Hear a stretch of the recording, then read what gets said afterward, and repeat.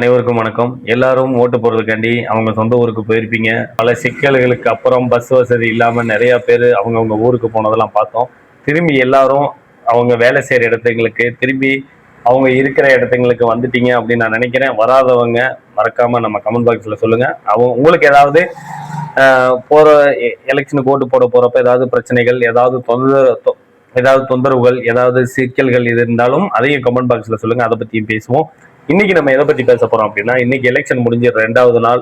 நேத்தே தலைவர் வந்து எலெக்ஷன் முடிஞ்சனே சின்னவர் இருக்காருல, சின்னவர் வந்துட்டு துபாய் கிளம்பிட்டாப்ல. Dubai Dubai come to Dubai அப்படின்னு அவர் பாட்டு கிளம்பி போயிட்டாப்ல. அப்புறம் மகனே நீ மட்டும் போனா எப்படி, நானும் கிளம்புறேன் அப்படின்னு சொல்லிட்டு அவங்க அப்பா வந்துட்டு கொடைக்கானல் கிளம்பிட்டாரு.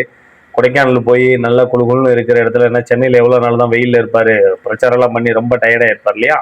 அதனால திரு முத்துவேல் கருணாநிதி ஸ்டாலின் ஆகிய முன்னாள் முதலமைச்சர் ஐயா அவர்கள் கொடைக்கானல் கிளம்பி விட்டார். கொடைக்கானலில் போய் நல்லா சுத்தி பார்த்து விட்டு குழுகுழுன்னு இருந்து விட்டு எங்கள் ஏரியாவில் இருக்கும் ஆட்டுப்பண்ணை, லேக்கு, கொடைக்கானலில் இருக்கும் முக்கியமான இடங்கள் எல்லாம் சுத்தி பார்த்து விட்டு திரும்பி வருவார். இதே விஷயம் இதே இடத்துல தளபதி விஜய் இருந்திருந்தா இத எவ்வளோ திரிச்சு திரிச்சு திரிச்சு பேசியிருப்பாங்க இந்த மீடியா எல்லாமே. உங்களுக்கு வந்தா ரத்தம், எங்களுக்கு வந்தா தக்காளி சட்னி.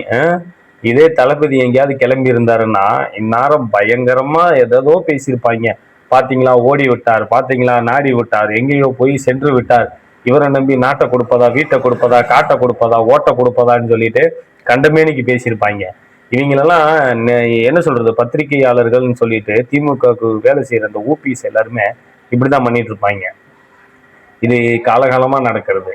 திமுகவுக்கு எதிராக ஒருத்தவங்க வந்துடக்கூடாது, அவங்கள அழிச்சிடணும்னு சொல்லி காலங்காலமா பண்ற ஃபார்முலா தான் இந்த திமுக அரசாங்கம். இப்ப இன்னியும் எலெக்ஷன் முடியுது. இதுல இன்னொரு பிரச்சனை என்ன அப்படின்னா, தலைவர் விஜய் மீது கோயம்புத்தூர் கணபதியை சேர்ந்த பாலகிருஷ்ணன், அவர் யார் அப்படின்னா விசிகாவோட தொண்டரணி அமைப்பாளர், விஜய் மீது வழக்கு கொடுத்திருக்காரு கோயம்புத்தூர் கமிஷனர் ஆபீஸ்ல. என்னடா அப்படின்னு உள்ள போய் பார்த்தா, விஜய் வந்து எங்க வீட்டுல இருக்க குழந்தைங்க, அதாவது குழந்தைங்க எல்லாத்துக்கிட்டையும் ஓட்டு போடுங்க, உங்க விஜய் மாமாக்கு ஓட்டு போடுங்கன்னு சொல்லிட்டு எல்லாத்துட்டையும் ஓட்டு கேட்கிறாரு. இதனால எங்களுக்கு பெரிய மன உளைச்சலா இருக்குது. எல்லா குழந்தைங்களும் என் குழந்தைக்கு 5 வயசு ஆகுது, எனக்கு ஓட்டு போடு, விஜய் மாமாக்கு ஓட்டு போடுன்னு சொல்லி ஒரே டார்ச்சர் எனக்கு. எனக்கு வீட்டில் போய் சொல்லிட்டு தான் நான் போய் விஜய்க்கு தான் ஓட்டு போட்டேன்னு சொல்லிட்டு போய் சொன்னேன். இதே மாதிரி தமிழ்நாட்டில் இருக்கிற எல்லா இடத்துலையும் எவ்வளோ பொய் சொல்லியிருப்பாங்க, எவ்வளோ மன உளைச்சல் ஆயிருப்பாங்க. அவங்க குழந்தைகிட்ட உண்மையை பேச முடியாமல் இதனால விஜய் மேலே வழக்கு போடணும் அப்படின்னு சொல்லிட்டு விசிகா தொண்டர் ஒருத்தர் இப்படி ஒரு கம்ப்ளைண்ட் கொடுத்துருக்கிறாரு. நான் அவர் என்ன கேட்குறேன், இதே டிஎம்கேவில் விசிகாவில் நிறையா பேர் குழந்தைங்களை தூக்கிட்டு பிரச்சாரத்துக்கு போனதும், மப்ளரை போட்டு ஃபோட்டோ எடுத்தது, வீடியோ எடுத்தது, ரீல்ஸ் பண்ணினதெல்லாம் நீங்கள் பார்த்தீங்களா இல்லையா பாலகிருஷ்ணன் அவர்களே? பார்க்கலையா? பார்க்கலன்னா போய் நல்லா பாருங்க. திமுகவுக்கு ஒன்றுன்னா சொம்படிக்க வந்துடுறீங்களே எப்படியா அப்படி?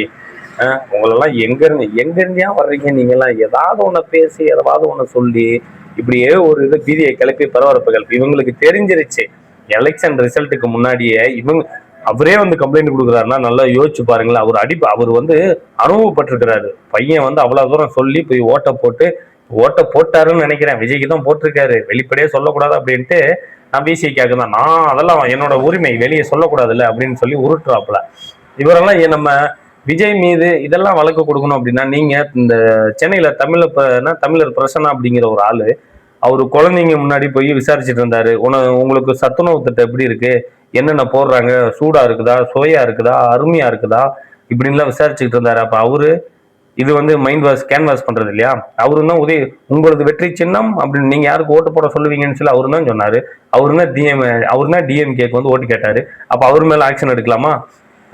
ஏதாவது ஒண்ணு பேசணும், வைக்கணும், சொல்லணும்னு சொல்லிட்டு நம்மளும் சரி ஏதாவது ஒரு இதை பண்ணி விடுவோம், ஒரு நியூஸ்ல ஏதாவது விஜயை பத்தி போட்டு விடுவோம், ஒரு கேஸை கொடுத்து விடுவோம், நம்மளும் கொஞ்ச நாள் நம்ம இவ்வளவு நாள் இருந்தது விசிகாவில் யாருக்குமே தெரியல, கொஞ்சம் ஒரு ஏதாவது ஒண்ணு பண்ணி நம்மளும் கொஞ்சம் பாப்புலர் ஆகும் அப்படின்னு சொல்லிட்டு இந்த மாதிரிலாம் பண்ணிட்டு இருக்கிறாங்க. நான் என்ன கேட்கிறேன், அவர் வந்துட்டு ஓப்பனா ஒரு மீடியாவில் அவர் வந்து ஒரு பிரச்சாரத்துல ஒரு பொதுக்கூட்டத்துல வந்து அவங்க மாமனா அந்த குழந்தைங்க வந்து என் மேல அன்பு வச்சிருப்பாங்கன்னு சொல்லிட்டு ஒரு அன்புல சொன்னாரு, ஓம் பிள்ளை ஓம் பொண்ணு நீயே ஒத்துக்கிற விஜயோட ரசிகர் அப்படின்னு. அப்ப அவர் வந்து ஓப்பனா ஒரு விஷயம் சொல்றதுனால இது தப்புன்னு ஆயிர போகுது? இதுல தப்பு எதுவும் இல்லைல்ல. அவரும் வந்துட்டு ஒரு கோரிக்கை வைக்கிறாரு, குட்டி செல்லுங்களா தங்கங்களா, உங்க மாமாவுக்கு ஒரே ஒரு வாய்ப்பு கொடுக்க உங்க வீட்டுல இருக்கிறவங்கள்ட்ட சொல்லுங்க அப்படின்னு. பிடிச்சிருந்தா நீங்க உங்க குழந்தைங்க சொல்றதை கேட்டு உங்களால முடிஞ்சா போய் போடுங்க, இல்லைன்னா விடுங்க. நீங்க சொன்ன மாதிரி இல்ல பொய்யே சொல்லிட்டு போங்க, அவன் விஜய்க்கு தான் போட்டேன் அப்படின்னு. இதுல என்ன இருக்கு? இதுக்கு எதுக்கு நீங்க போய் கேஸ் கொடுக்கணும்? நீங்க கேஸ் கொடுக்கணும் அப்படின்னா முக்கியமா நீங்க டிஎம்கேவுக்கு விசிகாவுக்கு தான் கேஸ் கொடுக்கணும். ஏன்னா நீங்க உங்க கட்சிக்காரங்க விசிகா கட்சிக்காரங்களும் தான் நிறைய இடத்துல பானையை தூக்கிட்டு குழந்தைங்களுக்கு ட்ரெஸ்ஸை போட்டு விட்டு ஒரே மாதிரி அந்த விசிகாவோட சிம்பிள் எல்லாம் போட்டு ட்ரெஸ் எல்லாம் அடிச்சு நிறைய இடத்துல பிரச்சாரம் பண்ணிட்டு இருந்தாங்க. திமுகவில் இப்படி தமிழர் பிரச்சனை இந்த மாதிரி பண்ணிட்டு இருக்கிறாரு அப்படின்னா விஜய் மேல கேஸ் கொடுக்குறீங்க அப்படின்னா அவங்க மேலேயும் கேஸ் கொடுக்கணும். இதை தேர்தல் ஆணையம் பார்த்துட்டு தானே இருக்கும். தேர்தல் ஆணையம் இதுக்கு ஒரு பதில் சொல்லணும். கமிஷனர் ஆபீஸ்லோ இல்ல தேர்தல் ஆணையத்திலோ விஜய் மீது வழக்கு பதிவு செஞ்சு ஆக்ஷன் எடுத்தாலோ இது டிஎம்கே காரங்க மேலேயும் விசிகே காரங்க மேலேயும் ஆக்ஷன் எடுக்கணும். ஏன்னா விஜய் மேல மட்டும் தப்பு இல்லை, விஜய் மேல மட்டும் ஆக்ஷன் எடுக்கக்கூடாது. நீங்களும் பண்ணிருக்கீங்க, நீ குற்றம் பண்ணல அப்படின்னா நான் குற்றம் பண்ணிருக்கேன் அப்படின்னா என் மேல நீங்க ஆக்ஷன் எடுக்கலாம். இப்ப நானும் குற்றம் பண்ணிருக்கேன், நீயும் குற்றம் பண்ணிருக்க, 2 பேரும் மேலேயும் ஆக்ஷன் எடுக்க முடியும். ஒரு ஆள் மேல மட்டும் ஆக்ஷன் எடுத்துட்டு ஒரு ஆளுக்கு சாதகம் பாதகம் பார்த்தெல்லாம் விட முடியாது. 2 பேரும் குற்றவாளி, 2 பேரும் மேலேயும் தான் கேஸ் பதிவு பண்ணணும். ஒரு ஆள் மேல பதிவு பண்ணிட்டு ஒரு ஆள் மேல பதிவு பண்ணாட்டி அது தப்பா தான் போகும். இதனால நான் என்ன சொல்ல வரேன் அப்படின்னா விஜய் மேல கேஸ் கொடுத்தது ஒரு பப்ளிசிட்டி, ஒரு மீடியா அப்படிங்கிற ஒரு மீடியா பார்வைக்காக கொடுத்தது அப்படின்னு தான் நான் நினைக்கிறேன். அதே மாதிரி ஸ்டாலின் அவர்கள் கொடைக்கானல் சென்று விட்டார், உதயநிதி ஸ்டாலின் அவர்கள் துபாய் சென்று விட்டார், எடப்பாடி ஐயா அவர்கள் எடப்பாடியிலேருந்து சென்னை வந்திருக்கார். சென்னையில் அவங்க கட்சிக்காரங்களாம் மீட்டிங் பண்ணி முடிச்சுட்டு எல்லாத்தையும் பேசி முடிச்சு அவங்க அமைச்சரவையில் இருக்கிறவங்க இன்னும் அடுத்து யார் யார் அமைச்சராக போறாங்க அப்படின்னு அவங்க பேசிட்டு இருக்கிறாங்க. அடுத்து நம்ம தான் ஆட்சி பிடிக்க போறோம் அப்படிங்கிற மாதிரிலாம் பேசிட்டு இருக்கிறாங்க.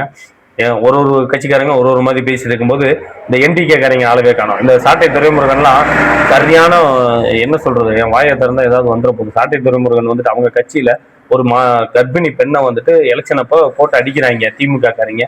இதை பத்தி அன்னைக்கு அடுத்த நாள் எந்த ஒரு ட்வீட்டும் போடல, வீடியோவும் போடல. இந்த சாட்டை துரைமுருகன் விஜய் பத்தி பேசினா வருமானம் வரும் அப்படிங்கறதுக்காண்டி விஜய் பத்தியே பேசுறது. இதே அவங்க கட்சிக்காரங்க ஒரு கர்ப்பிணி மேல கை வச்சது எந்த கட்சிக்காரங்களா இருந்தாலும் அது தப்பு தான். இது நம்ம டிவிகேவில் இருந்தாலும் சரி, டிஎம்கேவில் இருந்தாலும் சரி, ஏடிஎம்கேவில் இருந்தாலும் சரி, என்டிகேவில் இருந்தாலும் சரி, எந்த ஒரு கட்சியில இருந்தாலும் ஒரு கர்ப்பிணி பெண்ணு மேல கை வைக்கிறது யாரா இருந்தாலும் தப்பு தான். இதை எதிர்த்து உன்னால ஒரு ட்வீட்டோ இல்ல ஏதாவது பேச முடிஞ்சா உன்னால பேசவே முடியல. நீ அமைதியா போகணும்ல. விஜய் பத்தி ஏதாவது ஒண்ணுன்னா ஓடி வர்றீங்க. உன் கட்சிக்குள்ள இப்படி நடந்திருக்கேன், ஏன் வரல? அந்த பொண்ணுக்கு அந்த கர்ப்பிணி பெண்ணுக்கு அடிபட்டதை அதுக்கு அடுத்த அன்னைக்கு யாருமே வாய் கொடுக்கல, குரல் கொடுக்கல. அதுக்கு அடுத்த நாள் தான் இடுமோன கார்த்தி ஒரு ட்வீட்டை போடுறாப்புல. உங்க ஆளு சீமான் அவரும் எதுவும் சொல்லலை. அதுக்கு அடுத்த நாள் தான் எல்லாமே ரியாக்ட் பண்றாங்க.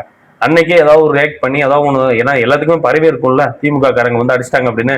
இவங்க எல்லாருமே கொத்தூஸ் தான். ஏன்னா இவங்க எல்லாருமே திமுகவுக்கு ஜால்ரா அடிக்கிறீங்க, இவங்க எல்லாருமே திமுகவுக்கு ஜால்ரா அடிக்கிறவங்க தான்.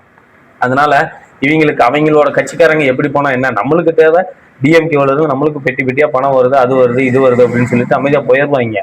நான் இவங்களை நம்பி போறேன் அந்த நாம் தமிழர் கட்சியில இருக்கிறவங்க தான் பாவம். ஏன்னா நானும் நாம் தமிழர் கட்சியில இருந்து எல்லாம் பிடிக்கலன்னு வெளியே வந்தவங்க தான். அதனால மக்களை நல்லா தெரிஞ்சுக்குங்க, புரிஞ்சுக்குங்க, அறிஞ்சுக்குங்க.